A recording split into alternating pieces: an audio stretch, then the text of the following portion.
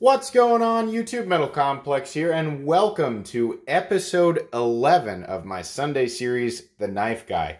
If you are new to my channel, or you just came out of some weird corner of the internet and you have no idea where you are or who I am a knife enthusiast, knife collector, knife enjoyer of all types. I'm a knife guy in my own social setting, as most of the people watching this video are. I'm blessed to have a lot of local friends who I can share my thoughts with, but I also have, a whole bunch of friends, obviously, online that I share this with, and I know that a lot of you guys, your social circle, as far as people that you can relate to, exists only online. So it can be a little bit awkward as we become knife guys in our own, local social setting, and there are a lot of experiences that we all share. Some of them are, awkward. Some of them are really enjoyable, and some of them are bad. But that's kind of what I do on this show. I basically just lay out a bunch of stuff that's either mine or some of my generous viewers, and I pick it up and flip it and just kind of mess with it while I talk. So I've got an interesting topic for today. Can't wait to get into that. Before I do, I've got stickers coming, finally. They should be here in like a week from the time of this upload, so check the upload date. But they're 2 inches by 2 inches. They're just simple stickers there of the logo with the M and the C and the sword. I thought people might really like that. Currently, I have it listed on, at the exact time of this video, but if you're watching in the future, I probably will have changed it. I currently have it listed that you have to join the $5 tier to get a sticker. I'm going to change that to the $3 tier. So anybody new who wants to join my Patreon, if you join the $3 tier or higher, you'll get a sticker. It should prompt you and ask you for your shipping address. Anybody who's a current patron, if you want to upgrade to the $3 tier, you'll get a sticker as well. I just wanted to let you guys know that. I've got some plans for some other things to add to some of the higher tiers down the road, but we're just kind of letting things build. But I just wanted to let you guys know. And I'll do another video when the stickers get here. But I feel like I should have done that a long time ago. Like, everybody has stickers but me. So anyways, they're coming. And I can't remember exactly where. It's not like the idea was conceived at this exact moment. It was like put into words where I was like, oh yeah, I totally get that. I think it was Super Steel Steve. It was one of his videos. And I've brought this up before. I've talked about this in another episode. He said something about the idea of enjoying a knife because of the feeling of preparedness that it gives you. Something about it's not EDC, it's, something about preparedness. And I thought about that, and I kind of like dug into my mind about why I enjoy carrying a certain knife. And I think what it comes down to is, I hope I'm not overlapping some of the topics that I've talked about in other episodes, because I feel like I kind of have a little bit, like I've touched on this idea. Also, by the way, I'm clearly running out of colors for the thumbnail, right? Anyways, the idea of what I choose every day, my main rotation, knives that are constantly in my pockets. I think I talked about this the other day. These four are just dominating my pockets right now. And, it's not just, that they've got good ergonomics or good steel or I visually like them, but I'm getting this feeling of maximum the capability or the feeling of preparedness to rate and comfort of carry ratio is maxed out with them. And what I mean by that is I have my own idea of what's comfortable in terms of weight, what's comfortable in terms of overall footprint, dimensionally. Then I have like a blade length that I just want to carry. And then I have like ergonomic requirements. And all of that, the reason that I have accumulated that is because, roughly an 8 to an 8 1/4 inch knife that's got a decently stocked, decently thick blade, in terms of like the taper to the tip, it's pretty good. I don't feel like the blade on this is going to break. but it also has a nice shape, so it's going to be a good performer in terms of cutting. It's made out of S30V. Like S30V, I like its balanced composition. It's a big knife, but it's got a nice, easy-to-carry footprint. It weighs about 5.25 ounces, so that's right there where I like it. Pulls in and out of the pocket easily. It's easy to deploy. It's easy to disengage. I have this feeling of preparedness with that knife. I enjoy carrying it because it's like, if I need to, you know, cut open a package, or if I need to fight off a bear, I'm you know, the shaman, I'm pretty good with that. You know, obviously I'm not going to be fighting off bears or ninjas, but some of us, you know, kind of like jokingly think like that with ourselves. You know, it's like, you know, as far as my to-do list today, it's, oh, let me see. I got to go to the grocery store. I got to drop this package off the mailbox, and then I need to go deliver some paperwork, and then I need to come home and mow the yard. But just in case I get jumped by a group of evil supervillains with balisongs, I might want a larger than normal knife. You know, like we know that that's an absurd thought, but at least at a microscopic level, at least with me, it does kind of affect my choice, and I do feel better about carrying a knife like the Shaman over. You know, as much as I love the Line Steel TRE, I kind of like carrying knives like this. You know, I'm not a self-defense person. I'm not a, you know, thinking of knives as a weapon type of person. But I do feel good having just a little bit of a larger knife on me, just in case I run into a situation where, you know, I might be happy with a larger knife that's easy to manipulate, but also easy to carry. But for the most part, I just want a blade that I feel can stand up to every possible task that I could ask of it, no matter how ridiculous. I mean, now, obviously, I'm not going to be needing to pry the door off of a tank in the middle of my workday, and, you know, nor would that be something that I would expect of my Shaman. But I mean, like, you know, if I was in a situation where somebody was like, I've got this really heavy strap and it needs to be cut, you know, it got locked up, and you know, the cinch isn't working, and I need something that's going to be able to get through that. That's not a normal part of my workday, but I'm going to be happy that I've got you know, a blade that can perform, you know, that I can put a lot of pressure on, you know, a little bit more of a substantial knife to be able to get through something like that. And I feel like the Shaman could do that. Seriously, I'm joking about being attacked by ninjas and bears, but you know, when I dig down deep as far as like why I prefer to carry a larger knife, I just, you know, I just do.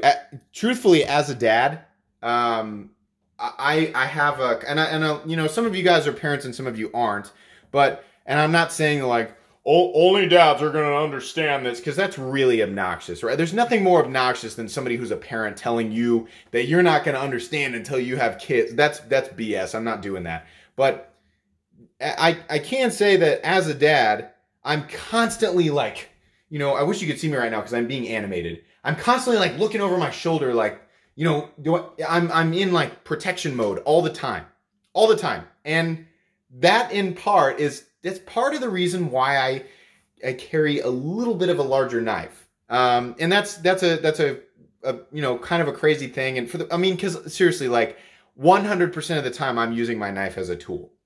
But just that little tiny part of me that's kind of like, you know, nipping at the back of my shoulder, like, hey, just in case, you know, you might want to carry something that if it needs to be intimidating, is a little bit more intimidating than your Victorinox Cadet.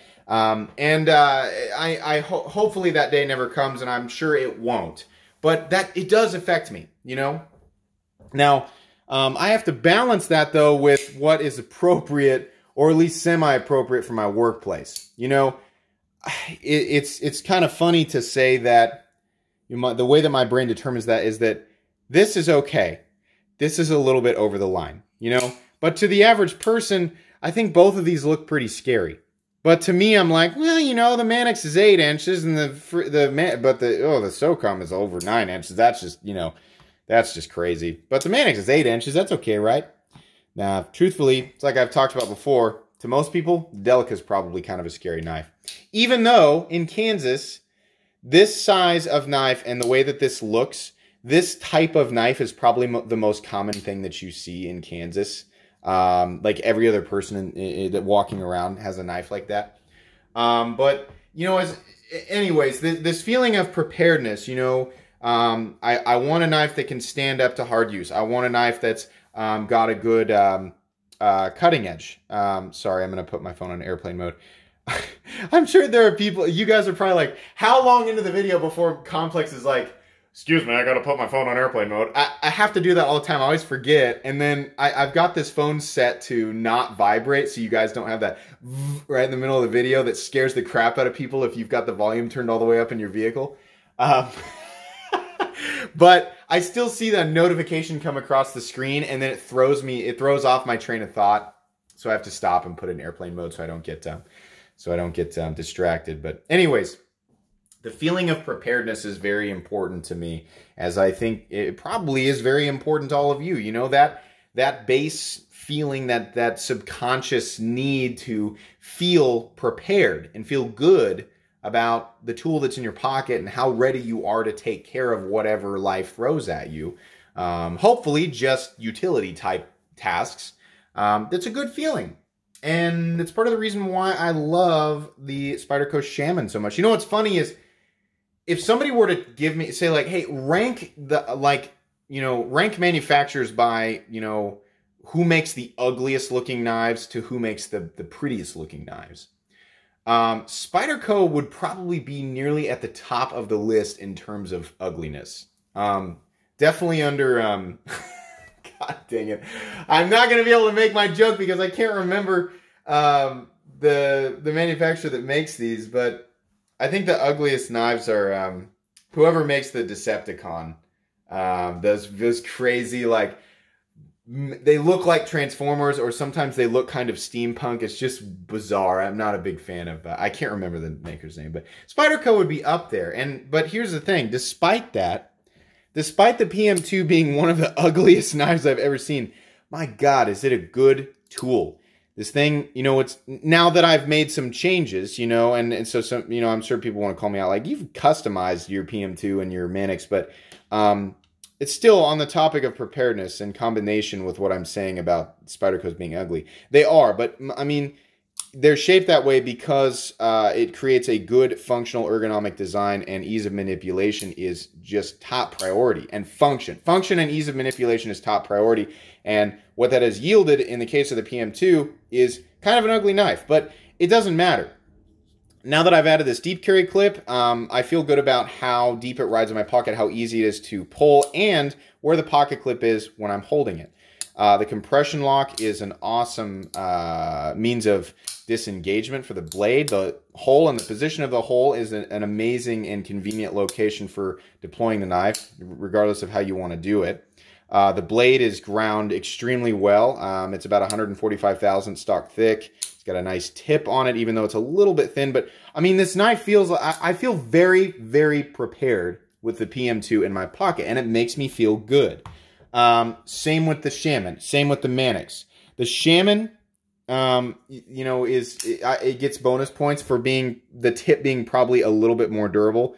As far as what it would take to get the compression lock to fail, it's probably about the same as the PM2, and maybe the ball bearing lock on the Mannix is actually stronger. But as far as what you know, things that will break the tip of your blade, I feel like the Shaman's going to win there. But all three of them give me that feeling. And also, truthfully, the Hogue Ritter gives me that feeling too. Love maximum preparedness. And the Hinder XM18 gives me that feeling. Everything else I will carry every now and then, just for, you know, the idea of switching it up. What's a good example of something else that I've got here on the table? We'll use the we'll use the Lion Steel. You know, it's like I like this knife, and it's definitely my go-to knife if it's a, you know, kind of a fancy occasion, just because of its footprint and size and the way that it looks is a little less intimidating. But I don't feel 100% prepared with this in my pocket. I don't feel 100% confident with that knife. What is another really... Oh, so, like, here's one on the opposite end of the spectrum. I love the Kaiser XL Sheepdog. Love it. But because of its size and its bulkiness, and the fact that it's lacking a puncture tip, I also feel kind of hindered if I were to decide to carry this. It's, you know, the biggest thing is it's just freaking huge and heavy. So it's just a constant thing that I'm being reminded of, like, hey, you're carrying around a small killer whale in your right-hand side pocket. You know, my brain is constantly reminding me of that. And then at the same time, it's going to be, yeah, it's a great slicer, but, you know, outside of that, there's not, I mean, like I could be getting the same or better utility from a knife that is smaller and lighter, so I don't get that feeling of preparedness. Feeling prepared, to me, or nailing it, is being able to put the knife in my pocket, pick the shaman up again, put the knife in my pocket and leave the house and go about my day and not have to worry about whether or not the tool in my right-hand side pocket will do the job that I'm asking of it. I want to be focused on my day. I want to be focused on what I'm doing at work. I'm already distracted enough by Instagram and knives in general and, you know, sitting at my desk and flicking them out. I don't need any other distractions as far as whether or not I chose the right tool for the day. And I know a lot of people are going to be rolling their eyes going, just put the knife in your pocket and go about your day. You know, I get that. Yeah, you know, that's, I don't know why I gave you that Hank Hill voice, because you're probably right if you're saying that. But I can't help it. You know, I'm at this level now, so I think about it all the time. And I feel like you guys probably do too.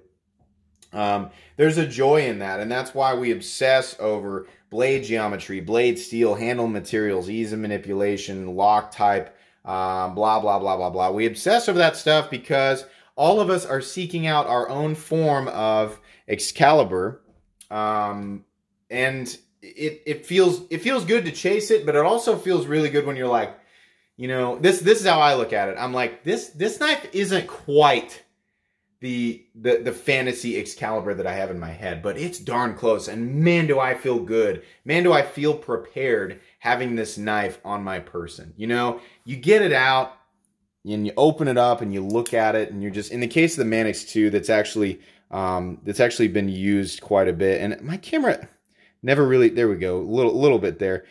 My camera never really does justice to the use on my knives. But you get it out and you look at it, and in the case of my Manix, I'm like, you know, I got the scales I like. It's finally got that tie cage. It's got the right pocket clip, and I love all the, you know, the classic elements of it, the ones that it comes with, and it's got, you know, a couple of battle scars, and you're just like, man, I just like this. I just like this knife. I feel good, you know, like this is my bro. I trust him. You know, he's coming with me every day, and he's going to do everything that I need him to do without question. And everything's just going to work out. You know, the Manix is one of those knives that I feel good about. The Delica is a good knife, but it definitely doesn't give me the same feeling. Definitely not. I feel like I'd probably be just fine in my everyday life, but all those little hypothetical things that run through my head, do I feel as prepared with the Delica as I would with my Manix 2? No, definitely not. Carrying around a Hinderer, definitely get that feeling of preparedness with Hinderer knives. Absolutely. Thick titanium frame lock with awesome blade grinds, awesome blade materials, just quality craftsmanship all the way around. I mean, this is just my, you know, when I think of a frame lock, now, everything's kind of run against the Hinderer XM18 because it's my favorite example of a frame lock that's out there. And not only do I get to enjoy that, but I get to enjoy the aesthetic elements of Hinderer knives, and it's just a good feeling. It's a feeling of completion, a feeling of wholeness that I get to carry with me throughout the entire day, regardless of what goes wrong, you know, what fires need to be put out throughout the day, metaphorical fires. I'm not a fireman. It's like, you know what? I feel good because I've got my companion with me. I've got my tool, my friend, you know, my knife that I love, that I have put so much thought into deciding whether or not it's the right tool for me. And I've decided that it is, and I'm happy about that choice. So anyways, guys, I feel like that's pretty much all I can say about that topic. We do have a pen on the table today. I forgot to pick that up. We're going to get a review of this. Absolutely. Beautiful pen. Anyways, hope you guys enjoyed this episode of The Knife Guy. If you did, please leave a like. If you'd like to check out my other content, I do, of course, have lots of videos of knives that are either expensive or inexpensive that I do or don't like, so check those out. And if you enjoy all my content, then please subscribe to my channel because there's definitely more coming. Thanks again for watching, and have a great day.